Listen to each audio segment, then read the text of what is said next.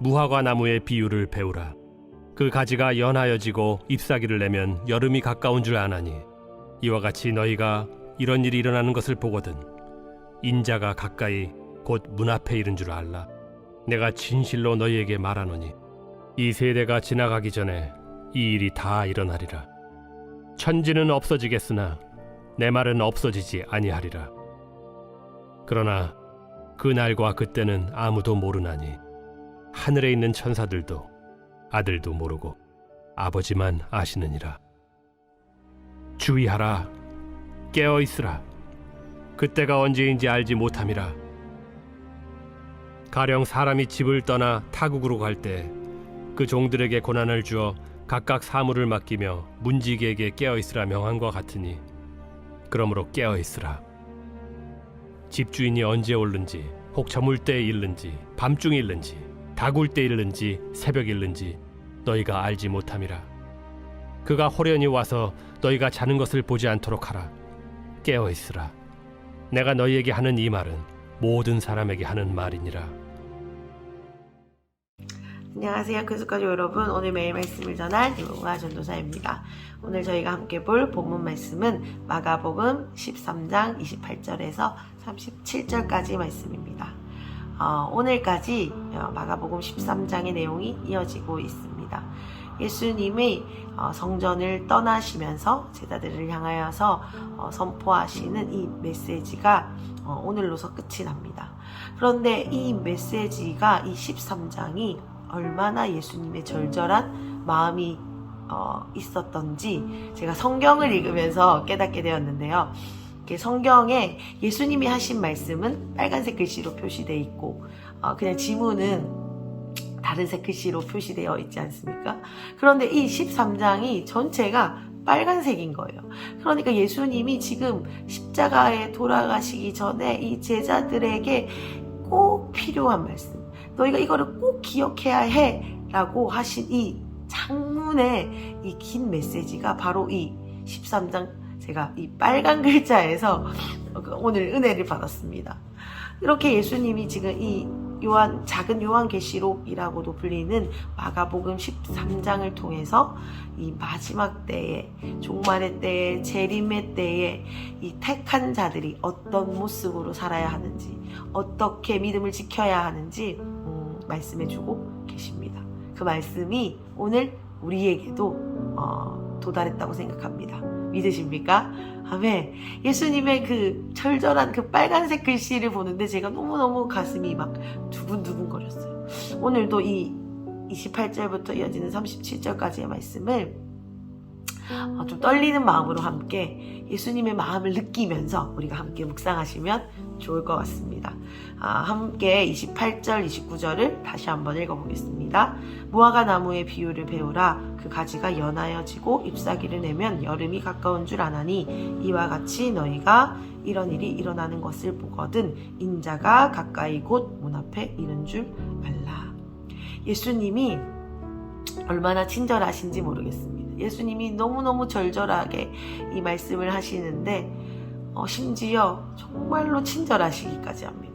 제자들이 또한 이것을 들을 이스라엘 백성들이, 유대인들이 이해하지 못할까봐 그들의 삶에 아주 침투되어 있는 문화와 시대적인 배경과 상황을 빗대어서 설명하시는 것을 우리가 계속해서 보고 있습니다. 어제도 그랬죠. 오늘도 그렇습니다. 지금 이 무화과 나무의 비유가 우리에게는 생소한 비유이지만 이들에게는 아주 찰떡 비유입니다. 우리가 이 한국에서 한 해를 계산할 때는 봄, 여름, 가을, 겨울 이렇게 계산해서 겨울을 한 해의 마무리로 생각하죠. 그래서 이제 한 해 지났구나 생각합니다. 그런데 이 유대인들은 어떻게 날을 계수했냐면 이 여름에 이제 무화과 나무의 잎사귀가 연해지면서 이제 잎이 무성해지면 여름이 끝났구나. 한 해가 끝났구나 라고 이해했습니다. 그래서 이 유대력으로는 한 해의 마무리가 여름인 것이죠. 그래서 이 무화과 나무의 비유를 들으시면서 이렇게 마지막 사인이 오면 그때가 이른 줄 알아라 라고 친절하게 그들의 이해하기 쉬운 방식으로 다시 한번 설명해 주고 계십니다. 30절입니다. 내가 진실로 너희에게 말하노니 이 세대가 지나가기 전에 이 일이 다 일어나리라. 아멘. 예수님이 진실로라는 단어가 나오면 정말 꼭 기억해, 당부한다, 이런 말씀이죠. 예수님이 지금 정말 진정으로 너희가 꼭 기억했으면 좋겠어 라고 계속해서 그 메시지를 이어가고 계시는데요. 뭐라고 말씀하시냐면 이 세대가 지나가기 전에 이 일이 분명히 일어날 거다. 우주적인 종말뿐만 아니라 개인의 종말, 정말 이 온 우주적인 무너짐, 종말이 반드시 일어날 것이다 라고 설명해 주고 계십니다. 그런데 이 세대라는 단어가 살짝 애매하죠. 우리가 생각하는 한 세대는 뭐 부모에서 자녀 세대 이 정도로 밖에 생각하지 못합니다. 그런데 지금 예수님이 말하는 이 세대가 그렇다면 거짓일까요? 아닙니다. 하나님의 연수와 우리의 연수의 차이가 있음을 우리가 알고 있습니다. 하나님의 하루는 1000년 같고 1000년이 또 하루입니다. 그렇기 때문에 지금 하나님 나라의 관점에서 이 세대가 아직 끝나지 않은 것 같습니다. 그렇기 때문에 이 세대가 지나가기 전에 반드시 이 일이 일어난다라는 것을 우리가 또 기억해야 합니다. 그리고 실제적으로는 이 세대, 이 어제 나왔던 그 AD 70년경에 일어났던 예루살렘 침략이 예수님이 오시고 예수님이 부활하시고 그 이후 한 30년 후에 실제적으로 또 이 일이 일어난 것이죠. 그러니까 예수님이 정말 어제도 제가 계속 반복해서 말씀드렸는데 그 현재와 미래와 그 모든 순간을 통합하여서 이렇게 완벽하게 예수님이 설명해 주시고 가르쳐 주심을 볼 수 있습니다. 그래서 이 세대가 정말 하나님 나라의 세대도 되고 또 한 세대 안에서 일어난 실제적인 사건도 됨을 우리가 이 말씀을 통해서 이 신비로 계속 보고 있습니다.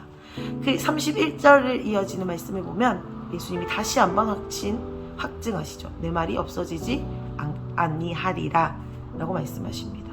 그런데 이 32절, 33절이 오늘의 핵심 구절입니다. 한번 읽어보겠습니다. 그러나 그날과 그때는 아무도 모르나니 하늘에 있는 천사들도 아들도 모르고 아버지만 아시느니라. 주의하라, 깨어있으라, 그때가 언제인지 알지 못함이라. 예수님이 지금 이 종말의 때를 언급하시면서 우리가 꼭 기억해라 라고 말씀하시는 것이 바로 무엇이냐면 그때를 아무도 알지 못한다라는 것입니다. 오직 주인이신 하나님만 아신다라는 것이죠. 그래서 그때가 언제인지 알지 못한다라고 말했던 이 말씀도 이 유대인들은 이 말씀을 하시면 그거라고 바로 이해할 수 있습니다. 뭐냐면 유대인들은 결혼의 문화를 설명해 드리겠습니다. 유대인들은 결혼을 할 때 먼저 남자와 여자가 정혼을 합니다. 그리고 그 정혼을 한 그 정혼식이 끝나면 남자가 집으로 돌아갑니다. 그래서 집에 돌아가서 이 아내 신부를 맞이할 집을 짓습니다. 신랑이. 그러면 그 신랑이 집이 다 지어져서 준비가 된 것 같으면 그때를 불시로 신랑의 아버지가 이제 신부를 맞이할 때가 되었다라고 알리고 신부를 데리러 갑니다. 그러니까 그때 이 결혼식을 할 때 이 당사자인 신랑 아들도 아버지가 언제 이 공사가 끝나고 집 짓기를 끝나고 신부를 데리고 올지 알지 못했습니다. 그래서 아버지만 그때를 아신다라고 설명해 주시는 예수님의 설명이 이들에게는 그런 의미구나 라고 바로 이해가 되는 것이죠. 그래서 예수님이 정말 친절하심을 또한 말씀에서 느낄 수 있고, 저는 너무 개인적으로 신기한 것은 이 실제가 영적인 일이 또한 장래의 일이 이렇게 이 말씀 안에서 하나로 연결되는 것이 정말 신비하고 신기한 것 같습니다. 저만 혹시 그럴까요? 이 말씀이 너무 너무 이렇게 좀 감격으로 제게는 와닿는 것 같습니다. 좀 더 말씀을 보겠습니다.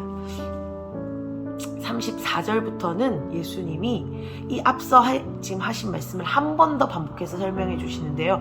이렇게 친절하게 설명하셨는데도 혹시 또 이해하지 못할까봐 한 번 더 비유를 들어 설명하시는 것입니다. 우리가 잘 알고 있는 청지기 비유입니다. 주인이 이제 다른 나라로 출장을 갑니다.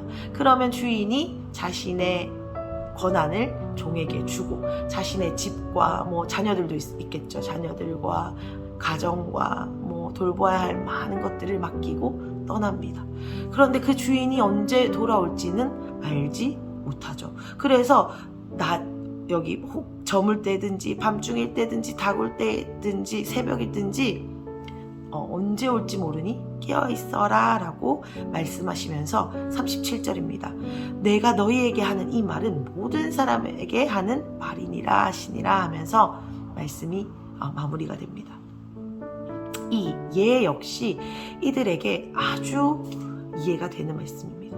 이들의 이 밤을 계수하는 시간을 네 가지로 구분해서 이 밤을 계수했는데요. 그것이 바로 저물 때, 밤중, 다굴 때, 새벽 이렇게 넷으로 밤중을 나눴습니다. 그러니까 예수님이 진짜 치밀하시고 세심하시죠. 그래서 예수님이 지금 이 자들에게 이 마지막 때에 우리가 깨어 있음으로 주인을 기다려야 함을 알려주고 계십니다. 이 마지막 때, 이 종말의 때, 그리고 오늘 우리에게 주어진 오늘 하루, 이 말씀을 적용해서 어떻게 살아야 할지 모르시겠습니까? 혹시 그런 마음이 드신다면 오늘 이 말씀을 이렇게 기억했으면 좋겠습니다. 예수님은 지금 종에게 깨어 있으라 라고 말씀하고 계십니다.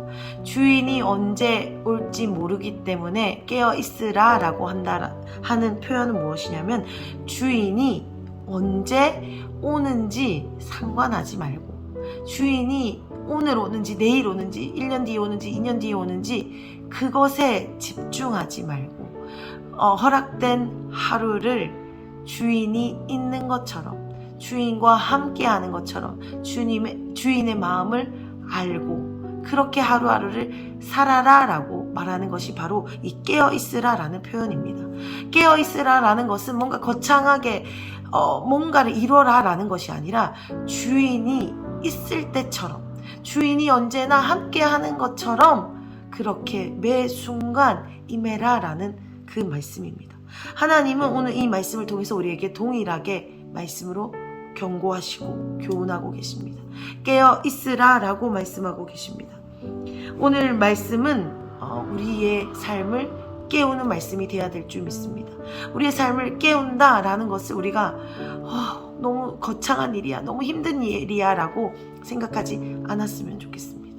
우리의 삶에 주어진 오늘 하루의 삶 가운데 주님이 계신 것처럼 주님과 함께 내 삶의 한 자락을 오늘 하루 살아갈 때에 동행하며 걸어갈 때에 그것이 바로 우리가 깨어있는 삶, 주인의 사명을 완수하는 삶이 될 줄 믿습니다.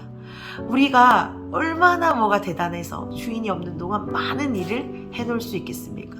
우리가 뭐가 그렇게 능력이 많아서 주인이 없는 동안 완벽하게 주인의 마음을 시원케 할 수가 있겠습니까?